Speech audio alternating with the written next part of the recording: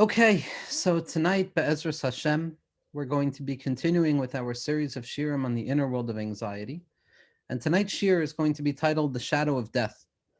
Now, before we even begin to try and speak a very little bit about this massive sugya, I first and foremost want to dedicate tonight's shir, La'ilu Nishmas, my Saba, my holy Saba, Rav Yisrael, Ben Harav David, Hashem Yimkom Domo, was a kadosh. He was a person who survived the Milchama, who went through all forms of death to come out the other side and to reaffirm life, specifically out of death. My Saba survived, and not only survived, but he taught Torah to countless individuals. He wrote Svarim.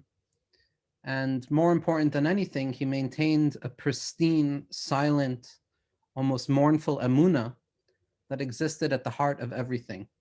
It was not an emunah that negated the experience of that which happened, but rather it was an emunah that survived that which happened.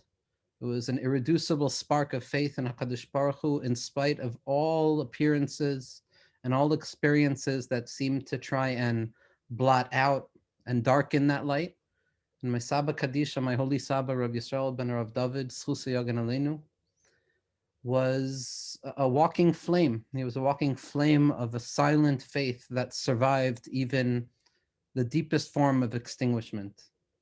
And anything I have to say or can say or have the zchus to say is certainly due to my rootedness in my Saba's family, my Saba's younger brother, who's my namesake, Rabbi Yoeli, who also was Neherag al Kiddush Hashem in Auschwitz itself. And so the shir should be Le'ili Nishmas, my Saba, as well as his brother, my namesake Yoeli, and Be'ezras Hashem, with the zchus of the Amunah that survives all things, that I should be zochet to shed a little bit of light in my own humble way to anybody who's willing to listen on this sugya kolalas. Because when it comes to talking about Misa, when it comes to talking about death, first and foremost, the attempt to speak about it in 40 minutes or so is ridiculous, because we're talking about a sugya that stretches from before creation, through creation, towards after creation, finding its expression in every one of the chalakim of the Chumash, darkening and enlightening the eyes of those who have studied these texts for so long.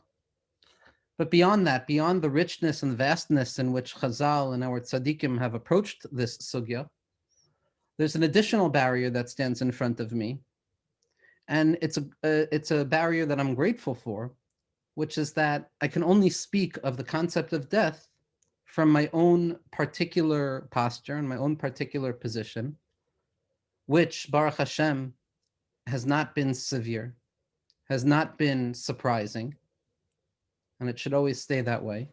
But that being said, anything that I'm saying tonight should not be taken as speaking to those who have experienced true loss, traumatic loss, or misos mishunos, where a person is unable to move through the grieving process, chalila.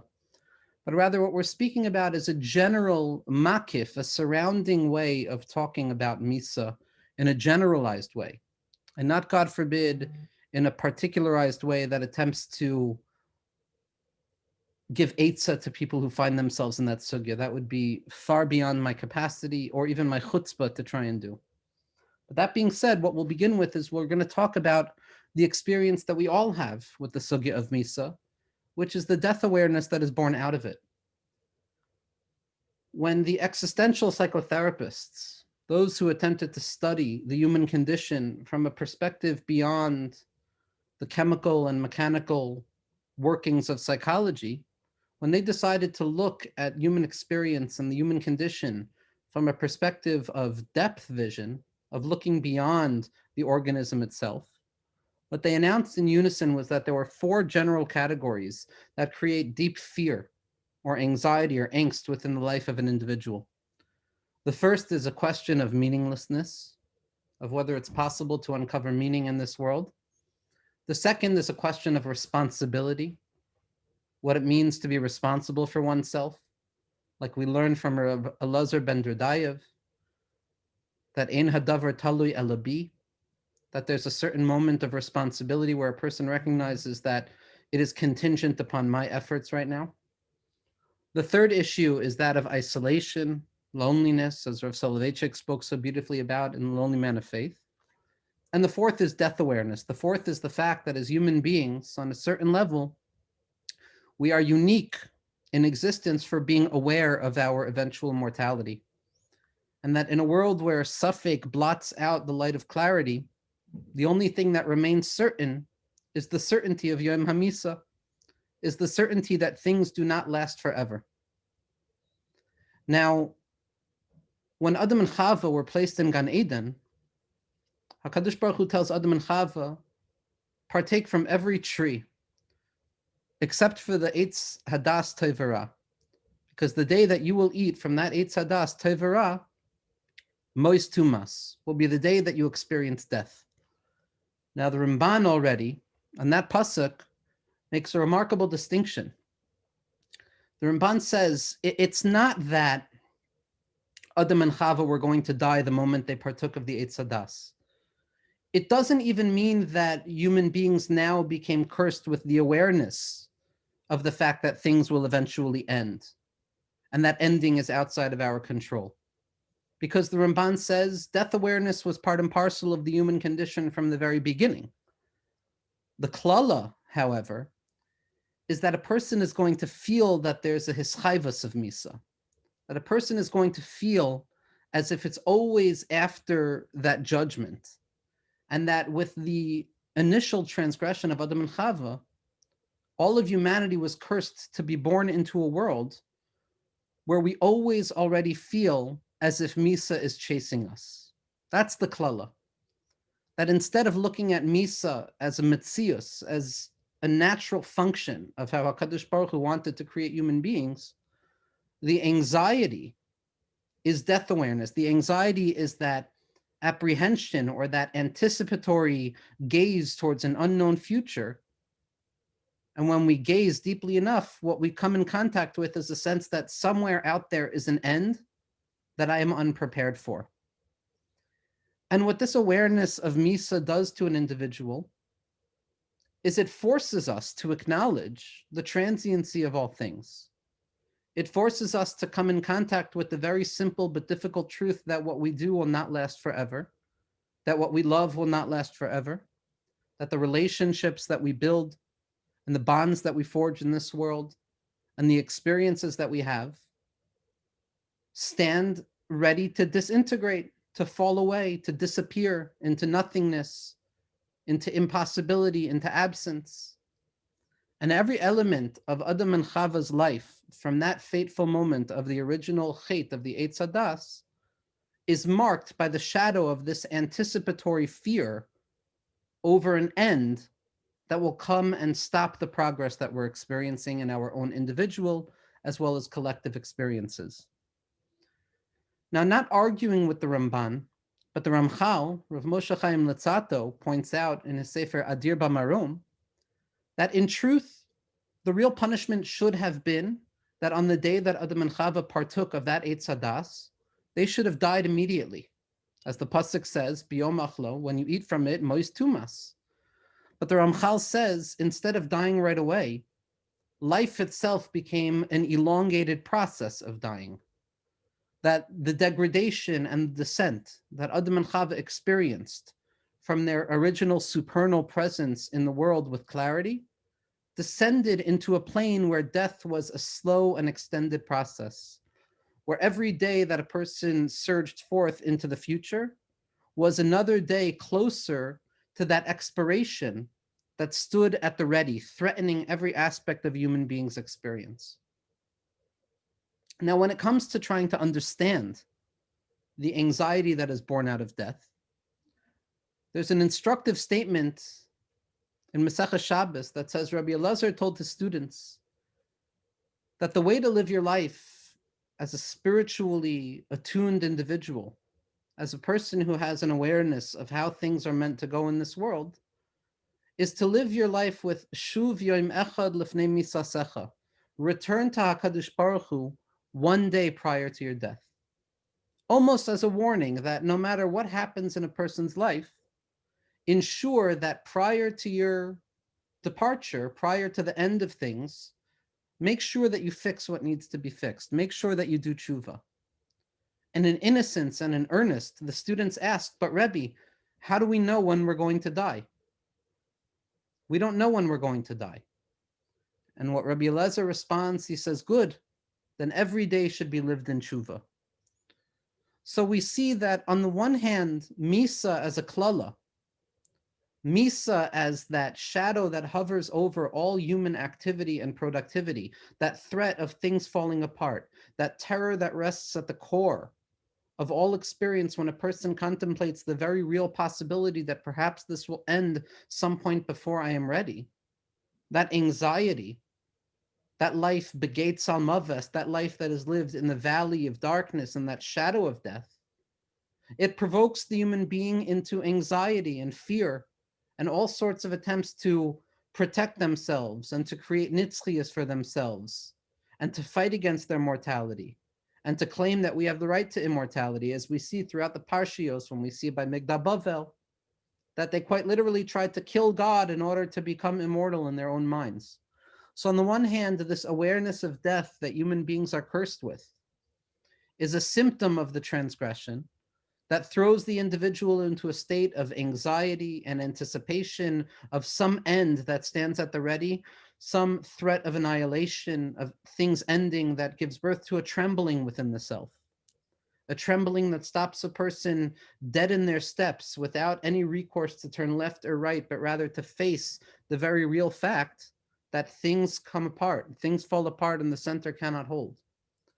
But on the other hand, we see the statement of Rabbi Eliezer. We see that death itself, the fact of death, the metzias of Misa, is not something that is meant to provoke a melancholia or a sadness or even an angst within the individual, but rather it's meant to be the instigation or the thing that provokes us to return to HaKadosh Baruch Hu, to throw ourselves into the lap of repentance, to try and move closer to HaKadosh Baruch Hu. Because on a certain level, facing that pending annihilation of the self, facing the possibility of things not lasting as long as I would like them to last, of bonds not remaining as strong as I hope they remain, instead of losing hope, instead of retreating back into the self, the neshama is filled with an urge to throw itself into the only thing that provides any recourse from this universal fear of Misa, which is connection to God. So on the one hand, the awareness of death is the curse that we bear. It's the mark that we carry. It's the burden that colors all experience with a certain hue of grayness when we become aware of the fact that this might not last. Nevertheless, it's also the birthplace of urgency. It's the birthplace wherein a person comes to recognize how profoundly urgent every moment of their lives are. Because if we lived forever, if Misa was not a thing, if we weren't perpetually aware of the fact that things fall apart and that what I hope will last forever will not necessarily last forever, we would take our sweet time. But in the face of the threat of annihilation, in the face of the threat of death, of loss, of disconnection, of absence, of the recognition that what we want so desperately to be in front of us is no longer in front of us, that propels an individual to throw themselves even deeper and more ferociously into the only thing that could provide any sort of comfort, which is the presence of HaKadosh Baruch Hu. As the Paitan says, Hinchi bayrech mimcha elecha. I run from you. I'm terrified by the prospect of absence and annihilation and all of the things that go bump in the night, of death bringing speech, of disintegration. But the only place that I know to run to out of my fear of death is to you, is to the Or HaChaim, to the light of life, to that nitzchias, to that promise of Bala Hamavas Lenetzach. And when a person connects themselves to Chaim, they're Mekusher to Chaim. And so on the one hand, death is destructive, but on the other hand, death is what propels us forward. When we want to understand how Hazal looked at this sugya, how we looked at death, whether death was meant to be seen as an unfortunate symptom of some primordial transgression, or whether perhaps death was something that was rooted even deeper in the recesses of the infinite, prior even to a transgression, that death existed as a matter of fact without anything to do with human failure. And if that's the case, as Hazal will point out, then we have to try and understand that element of death that pre-existed human failure. Because if death pre-existed human failure, then that means that there's something essential about the Nakuda of Misa, that there's a purpose to Misa in the world even prior to Adam and Chava failing and creating this ripple effect of punishment and suffering. So the Medrash tells us, when it comes to Rabbi Meir, the Medrash says as follows. The Medrash says in Bereshis Rabbah Tes Hey, Rav Shmuel ben Nachman says, Rachov hayisi al kaptav shel zakeni. I was walking on the shoulders of my grandfather, the oile meiro lekfar Chanan, and we were moving away from his town to Kfar Chanan, derech Beit Sha'an.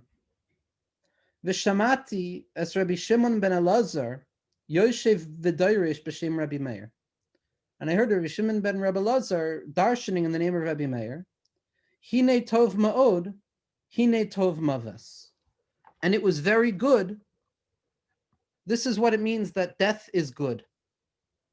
Commenting on this statement, the Rav Soloveitchik, Zchusei Hagan Aleinu, makes very clear that Rabbi Meir was not somebody who was speculating about the nature of death.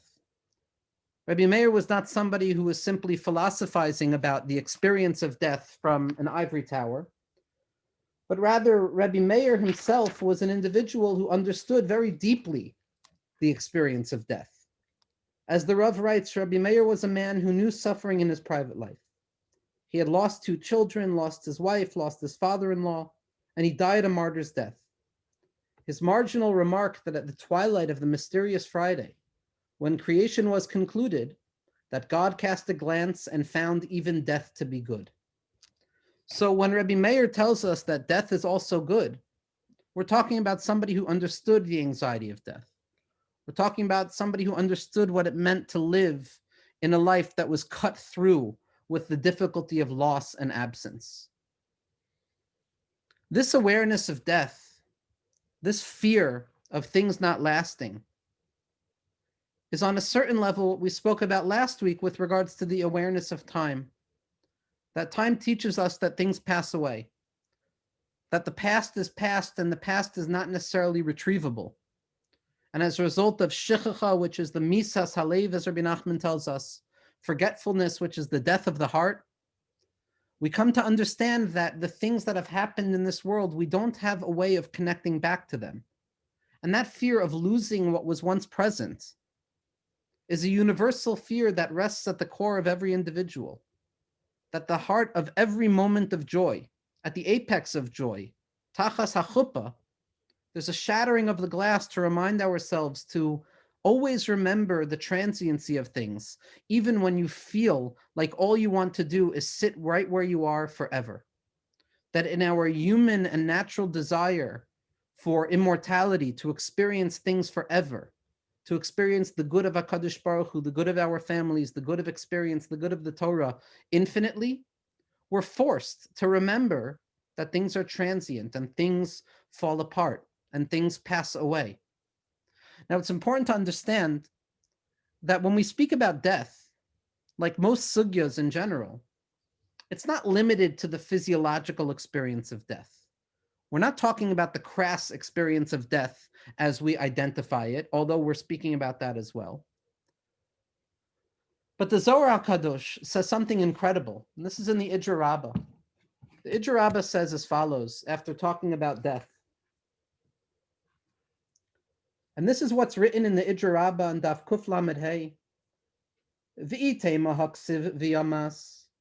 And if you want to claim that something has died, and that death means that it is gone eternally, the idbatlu lagamre, that it is completely nullified, lav hachi.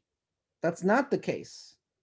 Ella kolman dinochis midarga kadba'a dehave be kari be misa. Kida amart vayamach melet Mitzrayim. The Zohar Kadosh says something remarkable. That if you think that death simply means death, then you misunderstand. There are 1,000 deaths a day, 1,000,000 deaths in life. Any moment that a person experiences a degradation, any moment that a person descends from their previous spiritual standing, it's considered death on a relative level. The experience I had has now died, and I have descended into a lower space, into that kever, and that fall, that descent into the mind, into the emotions of the heart, into confusion, can be felt as an experience of death. So it doesn't have to be the physiological death that we're afraid of, but rather that sense that things will not last on any level. That is the encounter that we have with death. But again, as Rabbi Meir tells us, Hine Tov Ma'od, it's very good. Why? Because the very possibility, the very anxiety that we live with, which reminds us on a moment-to-moment basis that things might fall apart and things won't last forever, propels us to descend even deeper to that experience, to find the essence of that moment where we say to HaKadosh Baruch Hu, okay, even if this is the only moment of my life, even if this is the only day that I get to serve you, even if this is the only experience that I have, I will make it count for everything. That death and the transiency of things and the awareness that things will not last forces us to throw ourselves with renewed fervor into the present moment with everything that we have. So death becomes the instigator of tshuva. The awareness that things will be darkened and fall apart and that we will not exist forever propels us to live with urgency in the exigency of the moment, to dive deeply into what is present in front of us at every moment. Like Rabbi Nachman tells us, Hayoim im bekolu tishma'u. The only way to serve HaKadosh Baruch Hu properly is to throw ourselves with abandonment into the moment in front of us, killing off the past, killing off the possibility of a future, because nothing is given. It's the shuv yom echad lifnei misasecha. When? We don't know, and therefore every moment has to be lived as if it's cut through with the threat of annihilation at that very moment. Not in a tzabrachin way, God forbid, not in a broken way, but rather in a hinei tov ma'oid ze maves. Tov is chayim. Tov is plain, it's plain good, it's stabilized good, it's a stagnant good, it's a boring good. Tov ma'od, you want to know how to potentiate and intensify and draw out the intensity of experience that rests in every moment? Draw death awareness into your mind. Become aware and don't forget that things don't last forever. Rabbi Nachman says something just remarkable, and those of you who have listened to me in the past know how much I love this teaching. Rabbi Nachman says it in two places. He says it in Torah Yud Zayin, and he says it in Torah Kuf Ayin Zayin, in the Chelak Harishon of Likutei Maharan. But we're going to talk about it in the context of Rashbi right now. Rabbi Nachman points out that we find something strange when it comes to the Zohar. That before Rabbi Shimon Bar Yochai would get up to share secrets of the universe, Matan Torah, before Rabbi Shimon came out and revealed the world, before he opened his mouth and tore open the concealment of the world to show the light of HaKadosh Baruch Hu that shines within, the Chavraya, his friends, would sit there and cry. They would cry their eyes out and they would say, Vai ledara de istalek butzina kadisha. Woe to the generation who has lost the Butzina Kadisha. Woe to the generation who has seen the departure of Rabbi Shimon Bar Yochai. And Rabbi Nachman asks a very simple but penetrating question. He's not dead. What are you mourning? He's right in front of you. He's about to share Torah to you. But Rabbi Nachman says, Azoy, he says that we learn out the emergence of the Neshama Yisera on Shabbos from the pasuk Vayinofash, from the fact that HaKadosh Baruch Hu rested. And Hazal tell us that Kevan Sheshavas Vay of the Nefesh. Because we're aware of the fact that when Shabbos departs, when Shabbos dies, we will be in mourning over the departure of our additional soul, and the anticipatory anxiety over that loss, which we feel at Erev Shabbos, is the proof that we have for the presence of the additional soul. It's an incredible teaching. The anxiety that we feel over some future loss which has not yet arrived is the very proof that what we're afraid of losing is here right now.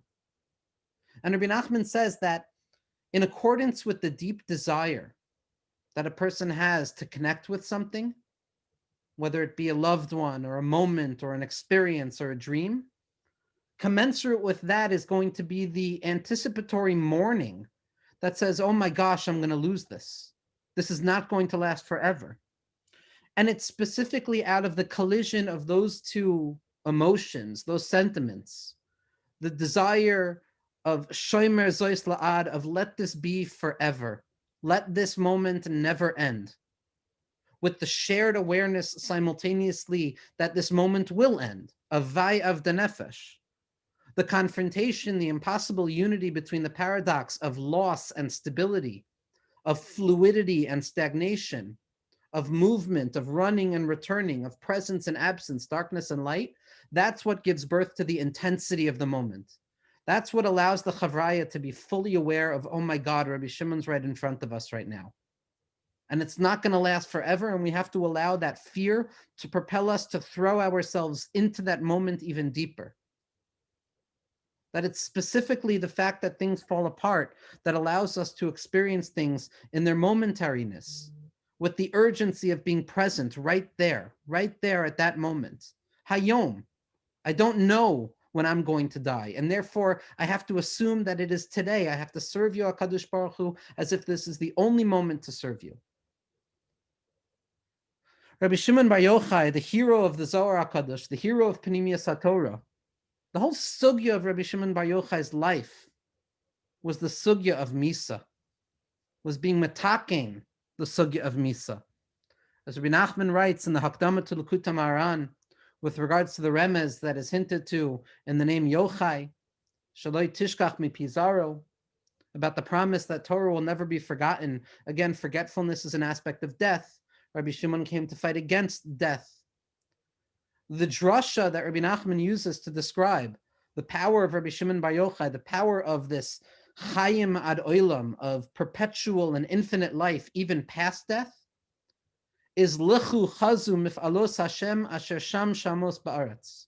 Come and see the wonders of God who has placed destitution and destruction in the land. And when contemplating this destruction, Rabbi Shimon Bar Yochai says, Al tikra shamos, don't read it as destruction, but rather shemos, rather as names. That the job of the tzaddik, the job of the tzaddikim ha'amitim, is to look at the likelihood of destruction, to look at the inevitability of loss, and instead of returning back ashen-faced because they've gazed too long into the abyss of absence, to return back with a renewed desire to name names, to make things permanent, to live with a transient permanency, to feel as if this will last forever, even though I know it won't, to throw myself into the urgency of the moment, the desire to connect to HaKadosh Baruch Hu Sham, right there.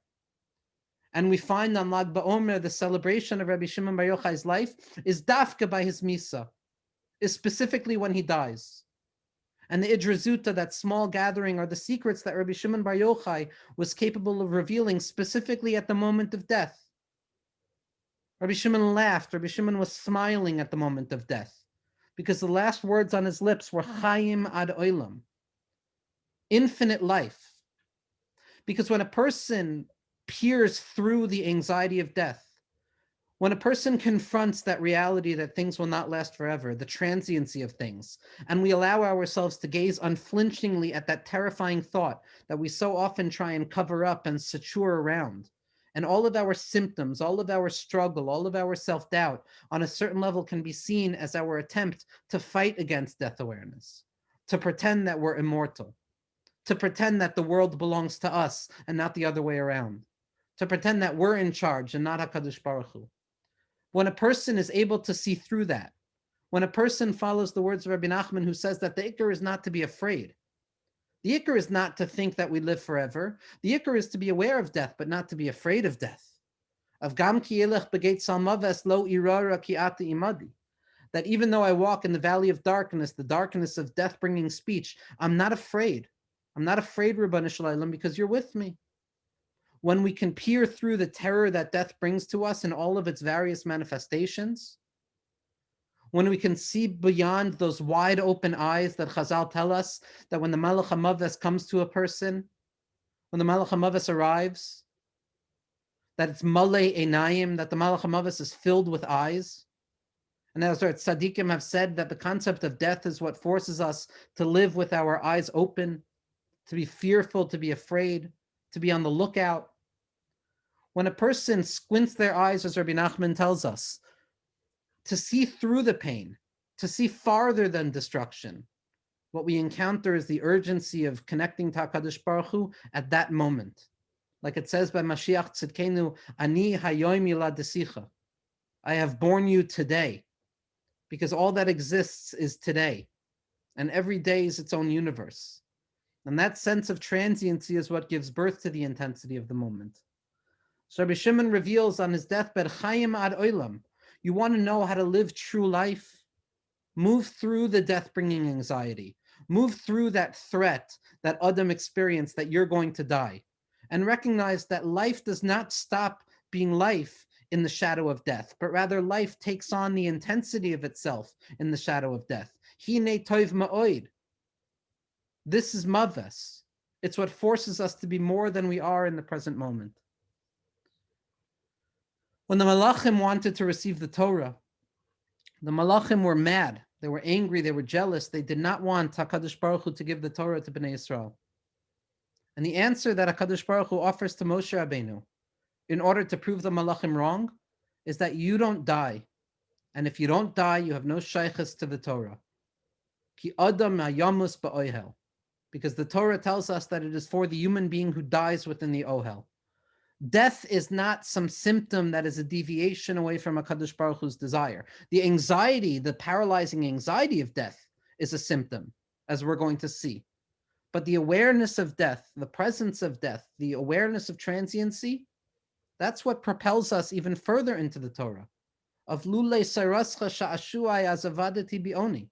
That if it were not for the Torah that gives me strength, ki chayim heim lemotzaehem, eitz chayim hi, Torah's chayim.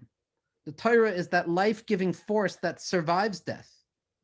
We don't live in the fear of death. We live in spite of death. We live through death. We're not living towards death. We're living after death. Moshe Rabbeinu received gifts from all of the Malachim. Alisa Lamaram v'shivisa shevi. And he retrieved the neshama of Rabbi Shimon Bar Yochai. But Hazal on that pasuk tell us that Moshe Rabbeinu received gifts from everybody. And the most important gift that Moshe Rabbeinu received was from the Malach HaMavas himself. That Moshe Rabbeinu forced death to offer its gifts to us. And those secrets were the secret of Ketairos. That pungent odor that ascends out of constriction and difficulty. That chelbana, that disgusting element of human conditional.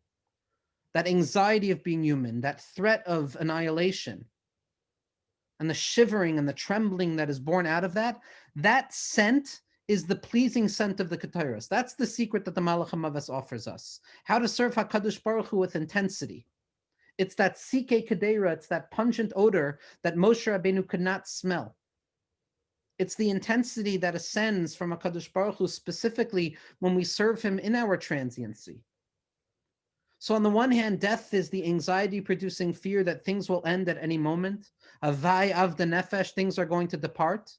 But at the same point, death is the birthplace. The awareness of death is the birthplace of what allows us to throw ourselves even deeper into the arms of HaKadosh Baruch Hu. That's the teaching of Rabbi Shimon Bar Yochai. That's the teaching of Moshe Rabbeinu. That's the teaching of David Melech Yisrael Chai V'Kayim. That's the teaching of Yitzchak, the laughter of Yitzchak, who is dead and alive at the same point, because he survives death. The Vilna Gaon tells us something remarkable. He said, stop being so afraid of death. Klal Yisrael has already died. The destruction of the Beis HaMikdash was our death. And being kicked out into Chutz La'aretz was our burial. And when our enemies attacked us, those were the worms and the bugs that ate away at our flesh. And the yeshivos that we had and the kedusha that we had was the remnant, that irreducible remainder that survives death. And even that is gone. And at this stage, all we wait for is Tchias HaMesim. The Vilna Gaon says that we're living after death.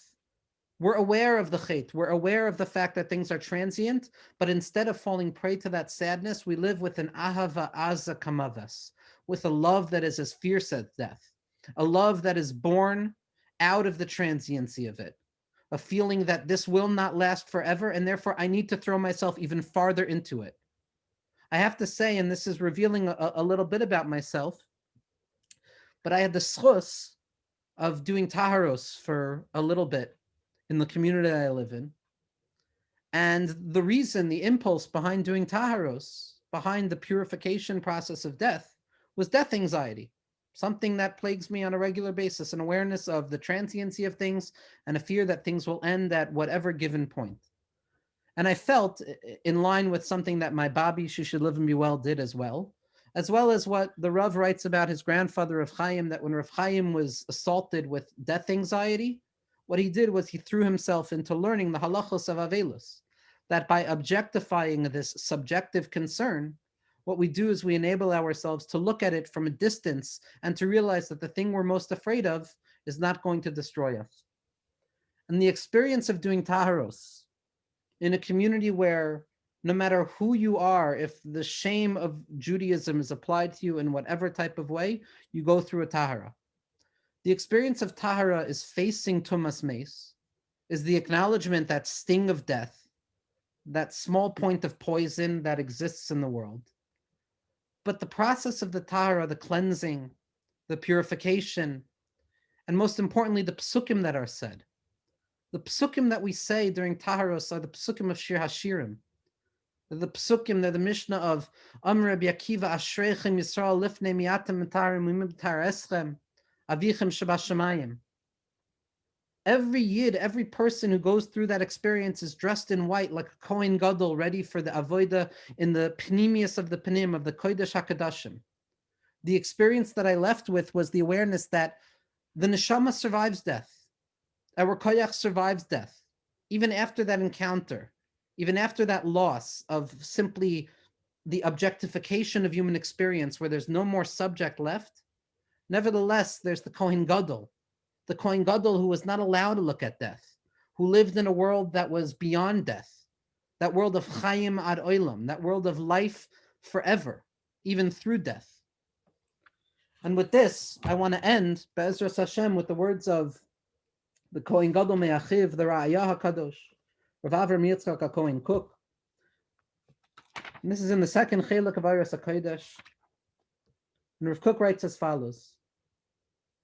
After describing how death is simply a false vision and the fear of death is what paralyzes us from experiencing life in and of itself, Rav Cook continues to say that the poisonous nature of death is only redeemed by those Kohanim, by those sacred individuals who don't look at death, who see beyond things falling apart, who are aware of the anxiety, but nevertheless push forward, search forward.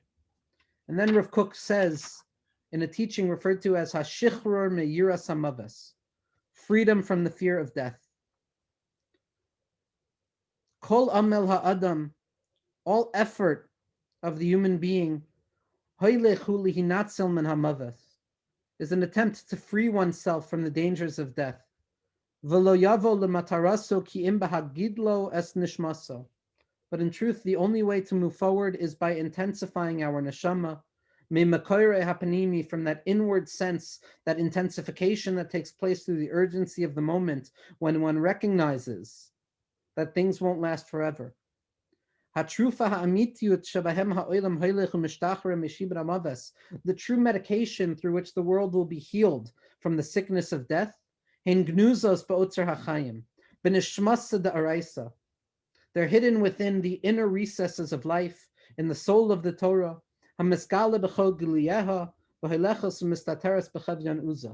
that is revealed again, that the entirety of Pnimius HaTorah is teaching us how to fight against death, is teaching us that everything is Tchias HaMesim, everything is rectifying itself. And Rav Kook continues and he says, Etzem ha'hadracha lahasaras yiras hamavas, the essential way of overcoming this annihilating anxiety of death, tzricha lavo al yedei ha'hisragulus shel ahavas ha'chayim be'ercham ha'amiti. It only comes out of the true appreciation of life according to its essential nature. Not the nature that we think that will exist beyond death, but rather the essential nature of each and every moment. Kol zman shehakol medumdam, as long as everything is silent, v'cheshbon hachayim barak mehuma, and life is only stuck within the noise of anxiety, Kol inyan avas hachayim barak al yidei hapachad hadimyoimi mehamavas. The love of life is only the opposite of our fear of death. V'yefshar klal ledaber al davar hasaras yirazeh. And there's no way to talk about getting over this anxiety. Amnan, says Rav Kook, we don't have to always live this way. We don't have to be crippled by death's anxiety. Lo tamid tzrichem hachayim la'amod b'madrega zu hapechusa. We don't always have to live at this lowly level. Ad she'ein ercham nimtza ba'atzmam ki'im b'yiras hafacham. To the point where life is not valuable except that it's the opposite of death. How? Al yedei kedushas hachayim b'toichnem ha'elyon. By disclosing the true and supernal nature of life, the ability to connect to HaKadosh Baruch Hu, the ability to connect to nitzchias and chayim. Efshar lavo la'avas hachayim ha'atzmutit. We have the ability of drawing ourselves closer to the true and essential love of life. The anxiety of death is a very real thing where a person lives under the cut and the sword, where they're aware that things might end. But that anxiety is meant to propel a person even deeper into the belief that this world is a world worth living and worth serving HaKadosh Baruch Hu in. And by doing that, we not only free ourselves from the fear of death, but we elevate Misa. We bring Misa back up to its source. We experience Mesiras Nefesh, giving of ourselves, overcoming our fear, and serving HaKadosh Baruch Hu in the moment itself. Be'ezras Hashem, what we're going to discuss next week, is going to be the Lahat HaCherev HaMesapeches, when Adam and Chava are cast out beyond Gan Eden, and the experience of doubt and ambiguity as the birthplace of anxiety, and most importantly, how we learn to deal with it.